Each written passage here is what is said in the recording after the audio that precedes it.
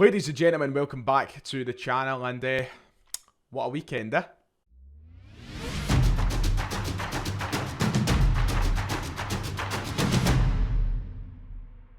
Now, before we go any further with today's video, as always, could you please go down below and hit like and subscribe. If you've not subscribed already, that is, it would be much appreciated. I teased in yesterday's normal video that if we can maybe make our way towards 35,000 subs, who knows, we might do a wee away shirt giveaway when the shirt is released for us to all buy. You know, I like doing that every year. It gives us gives something back to the channel, giving away a wee away shirt. So if you haven't already, hit subscribe, and who knows, we might do that sometime over the next couple of weeks. Now, I don't know why, but for the rest of this video, the microphone hits an absolute Reggie blinker, so I need to use the camera footage. This happened in a video the other night. Some people noticed it. I don't know what's going on right now. I'm going to have to do a little bit of, troubleshooting and find out what's wrong. Apologies, but you can still hear me loud and clear.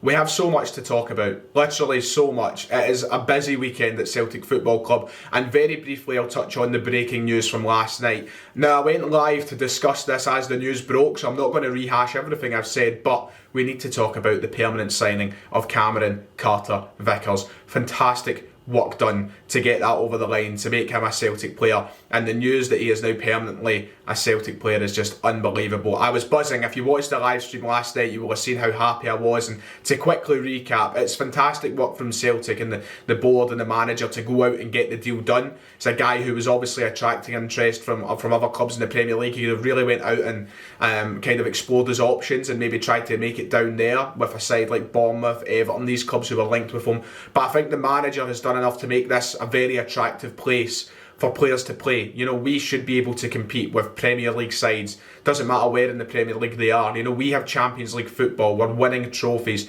We have a fan base that turns out in its numbers every week. This is something completely different than you get at a Bournemouth football club. You know what I mean? This is Celtic. And Cameron Carter-Vickers, last night in his re-interview that went alongside the statement, seems buzzing to be here. Seems like it was the only option he was truly interested in, and that is a real positive right now. We're bringing players who want to be here into the club. They have a desire to play for us. They have a desire to make us better.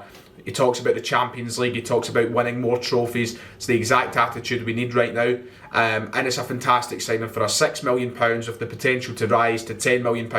It is an expensive one, no doubt about that, but it's one that I think Celtic will get all the positives and benefits from. It'll be worth every penny. Last year he was arguably our player of the season, and I'm sure that he'll be putting in more performances like that going forward. So welcome to Celtic once again, Cameron Carter-Vickers, and to 2026, absolutely tremendous. So here's a story that I wasn't expecting to be talking about this morning on the channel, and the news broke last night and took me by surprise. It's been reported that Celtic are looking to make additions in the staff department, the coaching department, and there's a name that has been thrown in there that looks as though someone's joining Ange. It's his fellow countryman, it's Harry Kewell. Now, if you've got a brain, you'll know who Harry Kewell is. Former Leeds and Liverpool player, Premier League, sort of cult hero, you could say. I mean, he wasn't the best of the best, but he was certainly a talented player.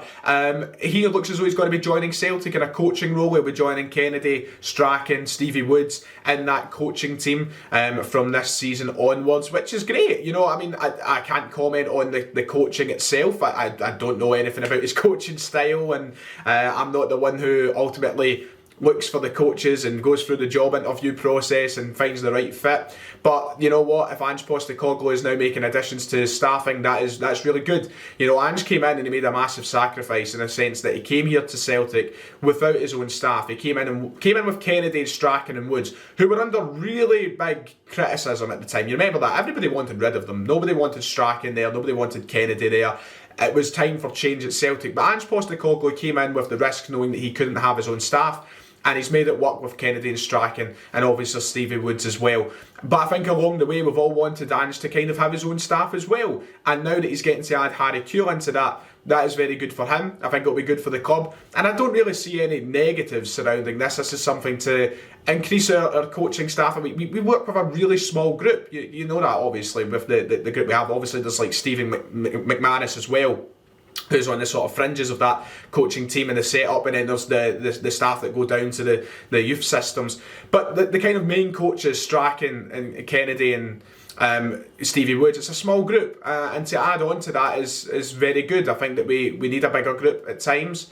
Obviously, I don't know what goes on at Lennoxtown. I'm not there to comment on it, but it's nice to have as many faces around there. And if they're adding on to the positives that are already going on at Lennoxtown, then I really don't see any negatives towards it. His last job in football was with Barnet. He was sacked after 4 months in the job. It didn't go too well for him. Currently 43 years old, but I don't think that has any relevance. I've seen a couple of Rangers fans taking digs at like, oh, this is a guy sacked from Barnet. Oh, that'll be brilliant for Ange.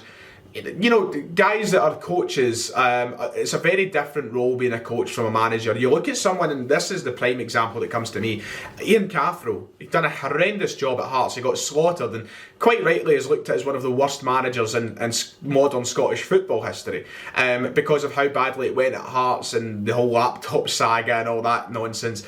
But as a coach, very highly rated. You know, I think he worked very closely with, was it Nuno Espirito Santo at Wolves? Don't know if he followed him at all, but he was apparently a really good coach. You look at someone like Sean Maloney. Kevin De Bruyne was touting him as one of the best coaches he'd ever worked with, yet goes to Hibs and it went the way it did. Coaching and managing is very, very different, so I don't think it has any relevance at all how he done at Barnet and what that means with him coming to Celtic. So I would ignore any comments like that, but he is coming into Celtic apparently. Sky Sports reporting on it. It seems smart to me. I think that it's a good addition to bring someone in. It's obviously someone Ange knows very well. They have had communication in the past. I think Harry Kewell spoke of that quite recently when he was Barnet manager.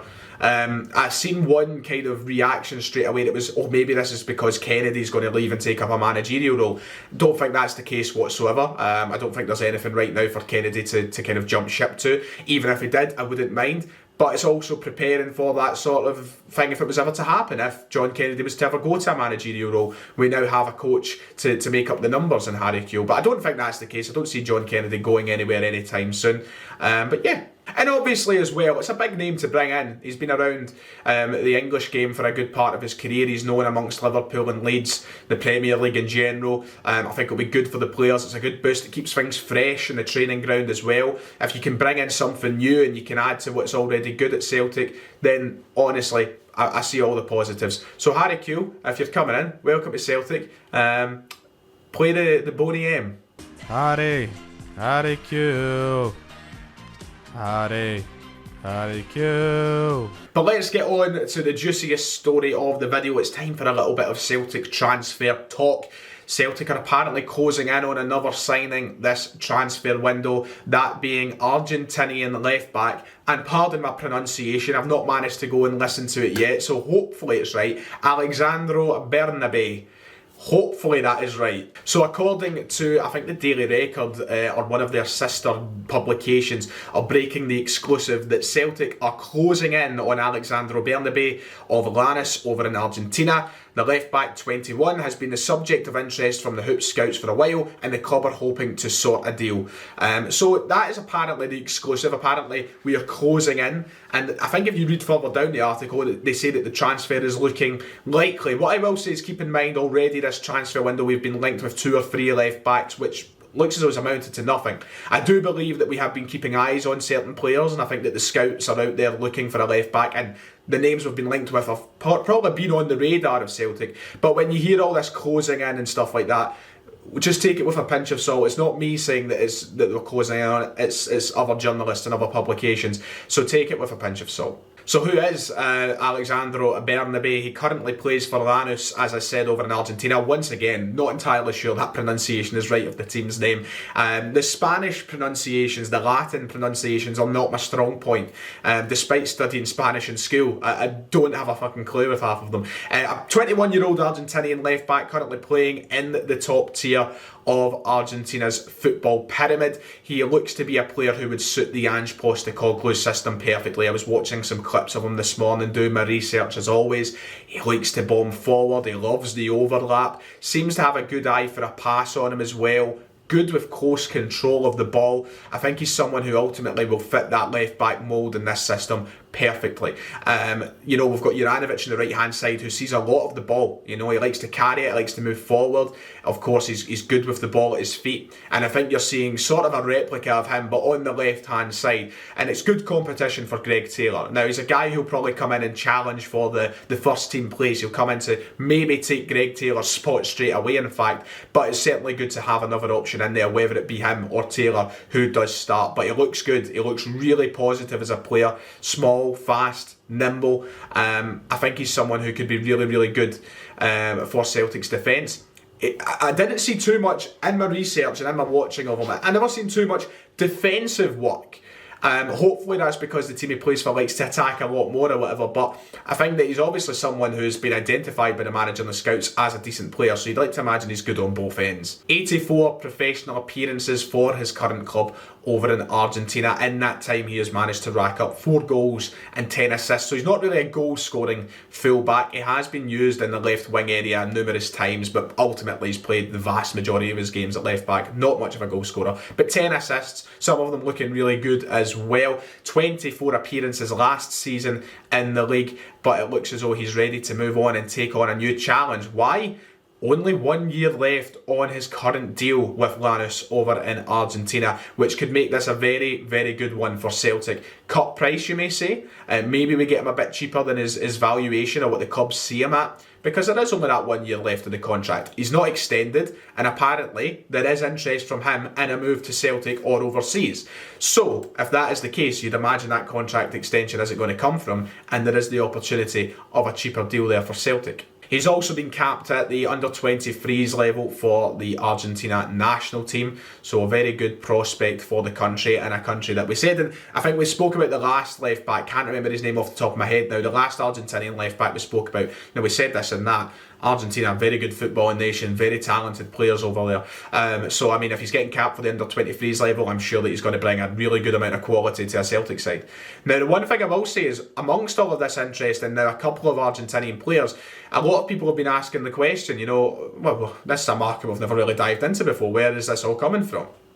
And it's very interesting. It's something new, and it's one of those things that has now been brought in with Ange Postecoglou, and I think it's so refreshing. You know, we've looked at the Japanese market, we've been linked with players from Iran, for example. We're now over in Argentina, looking at the market over there. I think one of the main things, of course, is with the fact we're not in the EU anymore. There's, I kind of think, fewer restrictions on work permit things, and it makes things a bit easier. But I think ultimately you've got to give credit to the manager and his scouting system for opening their eyes a little bit wider and kind of being more adventurous.